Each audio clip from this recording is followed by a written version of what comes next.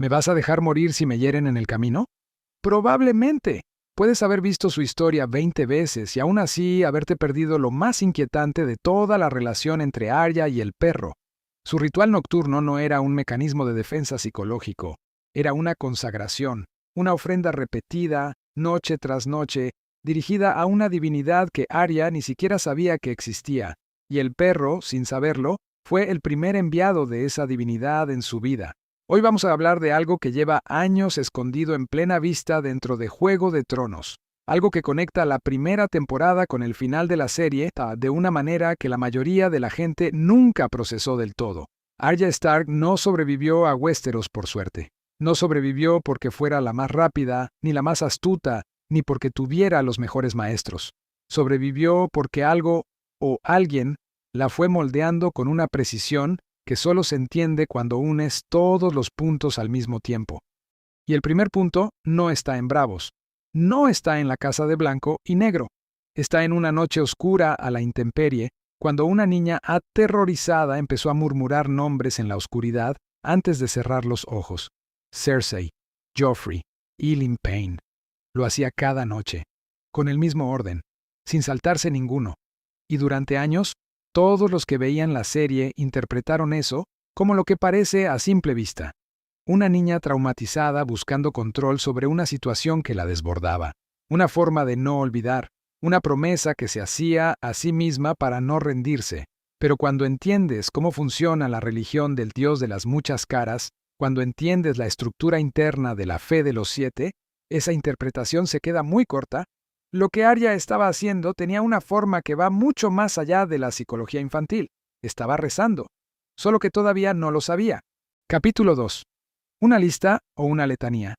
Para entender por qué eso importa, necesitas tener clara una cosa sobre el universo que construyó George R. Martin. Los hombres sin rostro de bravos son los sacerdotes y ejecutores del Dios de las muchas caras, la deidad de la muerte. Y el núcleo de su doctrina es una idea aparentemente simple, pero con implicaciones enormes. Todas las religiones del mundo adoran al mismo Dios bajo nombres distintos. El Dios ahogado de las Islas del Hierro, el Señor de la Luz de los sacerdotes rojos, el gran pastor del azar y de manera fundamental, el desconocido de la fe de los 7. El desconocido es el séptimo aspecto de esa fe. Representa la muerte, el tránsito, lo que viene después y no tiene nombre. A diferencia del padre o la madre, a quienes se les reza con frecuencia, el desconocido no recibe oraciones directas. La gente le teme. Sus estatuas en los septos están giradas hacia la pared para que los fieles no tengan que mirarle la cara. Se le representa sin género definido, a veces como una figura esquelética, a veces como algo que apenas reconoces como humano. En los libros, la sola imagen del desconocido incomoda profundamente a Samwell Tarly. Y los hombres sin rostro son explícitos en esto. El desconocido es una de las caras de su Dios. Hay un altar dedicado a él dentro de la propia casa de blanco y negro, junto a todas las demás representaciones de la muerte que existen en el mundo conocido.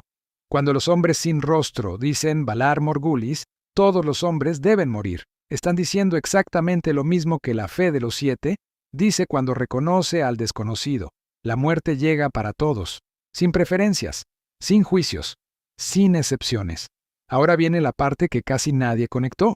Sandor Clegane, el perro, le puso a su caballo de guerra el nombre desconocido.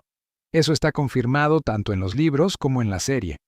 El hombre que iba a convertirse en el carcelero de Arya, en su guardián a regañadientes, en la figura más parecida a un protector que tuvo durante años en el camino, había nombrado a su caballo en honor al dios de la muerte. Eso no es un detalle decorativo en una historia construida con esta precisión. Eso es una señal. Capítulo 3. El desconocido entre nosotros. El rol secreto del perro. Retrocedamos al origen de la lista, porque de dónde viene lo explica todo. En la segunda temporada, Arya viaja hacia el norte con Yoren de la Guardia de la Noche, disfrazada de un recluta llamado Arry. Yoren le cuenta una historia. Una vez cuando era joven, un hombre llamado Will mató a su hermano. Y Yoren empezó a repetir ese nombre cada noche antes de dormir, obsesionado, hasta que Will regresó a su aldea y Yoren lo mató. Lo perdió todo por eso. Tuvo que huir y unirse a la Guardia de la Noche. Yoren le estaba advirtiendo, le estaba diciendo, este camino te destruye. Pero Arya escuchó otra cosa completamente distinta. Escuchó el método, se alejó de esa conversación y empezó a hacer exactamente lo que Yoren había descrito. Recitar nombres en orden, cada noche antes de cerrar los ojos, como una oración, hasta poder ejecutar la venganza. Este es el momento. Aquí empieza todo. Porque sin darse cuenta, le acababan de enseñar la estructura ritual de una invocación. Tomó una historia de advertencia y la convirtió en una liturgia. En los libros, la cadencia repetitiva de este ritual nocturno es todavía más marcada. Martin lo escribe con una calidad casi encantada. Los nombres fluyen uno tras otro, siempre en el mismo orden, sin variación. No es desahogo emocional. No es una lista a la que añade nombres de forma aleatoria. Tiene la arquitectura de una oración. Tiene el peso de un rito. Y una vez que entiendes que los hombres sin rostro creen que toda ofrenda sincera y repetida a la muerte, en cualquier forma que tome, constituye adoración al Dios de las muchas caras, la lista de Arya deja de ser un hábito psicológico. Se convierte en otra cosa. Llevaba años alimentando a un Dios al que todavía no había conocido. Ahora hablemos de Sandor Clegane, porque lo que le ocurre a ese hombre entre la segunda y la cuarta temporada es extraordinario si lo lees desde este ángulo. Sandor es presentado como un monstruo. Monta a desconocido.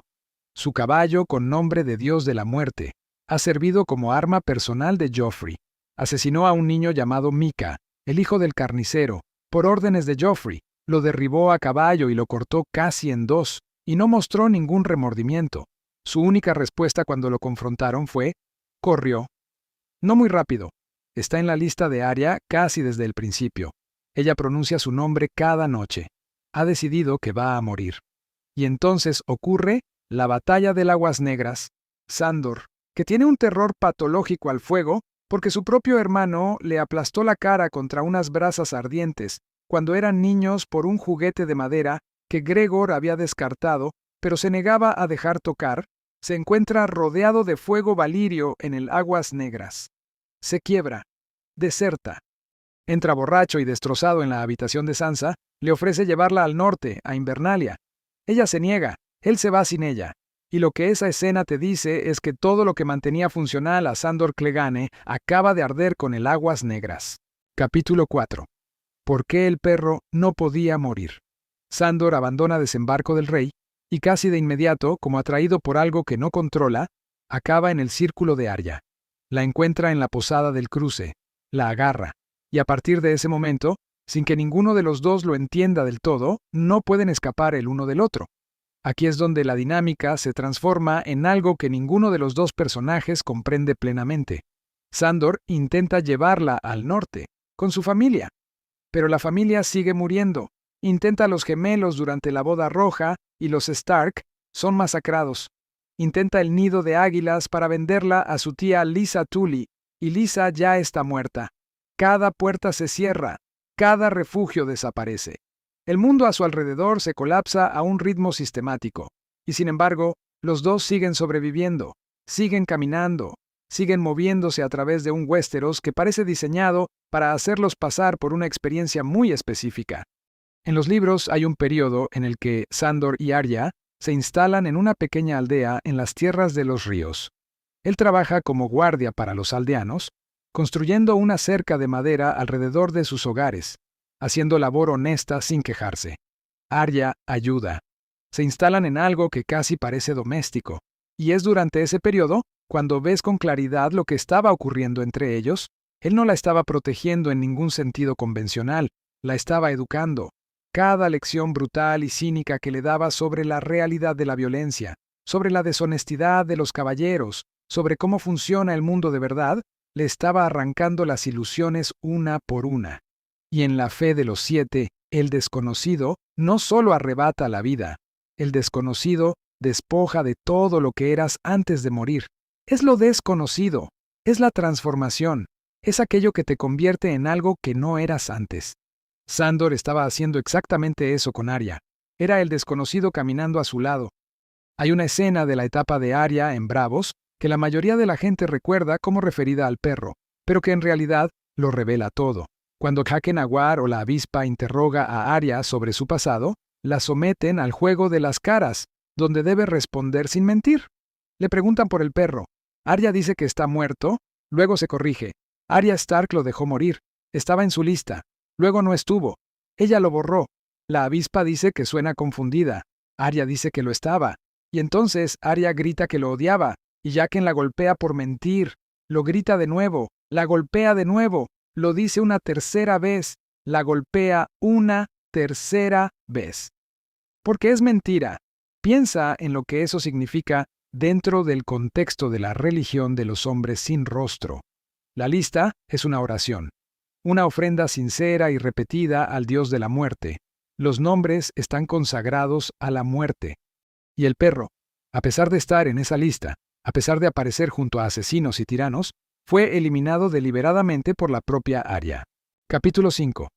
El juego largo del Dios de las muchas caras.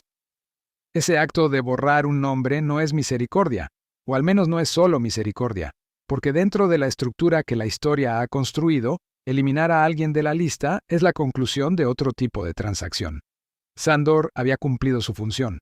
Había caminado a su lado a través de la muerte del tridente, a través del colapso de todo lo que tenía conexión con los Lannister, a través de saqueos, batallas y la boda roja. Le había enseñado todo lo que necesitaba saber para convertirse en lo que iba a convertirse. Cuando ella borró su nombre de la oración, lo liberó.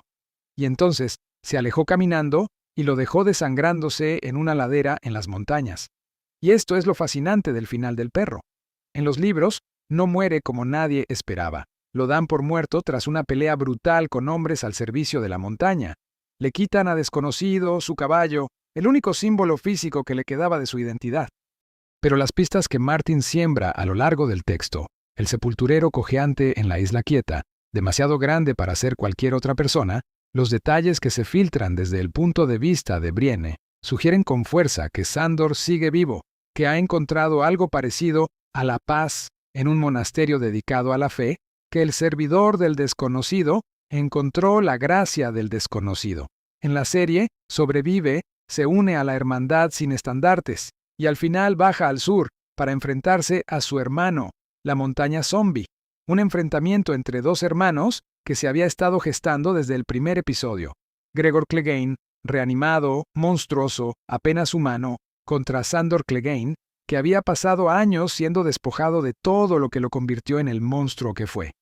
Ese combate termina cuando Sandor los lanza a los dos, a él y a su hermano, a través de una pared y hacia la ciudad en llamas que hay abajo. Eligiendo el fuego, la única cosa que había temido por encima de todo, como el instrumento de su final y del final de su hermano.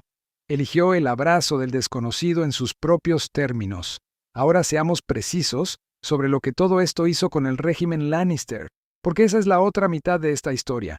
Cada nombre que Arya recitaba en su lista era un Lannister o un instrumento de los Lannister. Joffrey, Cersei, Tywin, Meryn Trant, Eileen Payne, la montaña y su tiempo junto al perro, a pesar de que él había sido un sirviente Lannister, fue exactamente lo que le dio las habilidades y la dureza necesarias para empezar a trabajar esa lista. Polliver, soldado Lannister, muerto por Arya en la posada del cruce con el perro mirando. ¿Cómo te llamas? Rorge. Gracias. Rorge, otro criminal vinculado a los Lannister, muerto por Arya después de preguntarle su nombre. El perro le enseñó esa lección directamente. Si no sabes el nombre, no puedes añadirlo a la lista.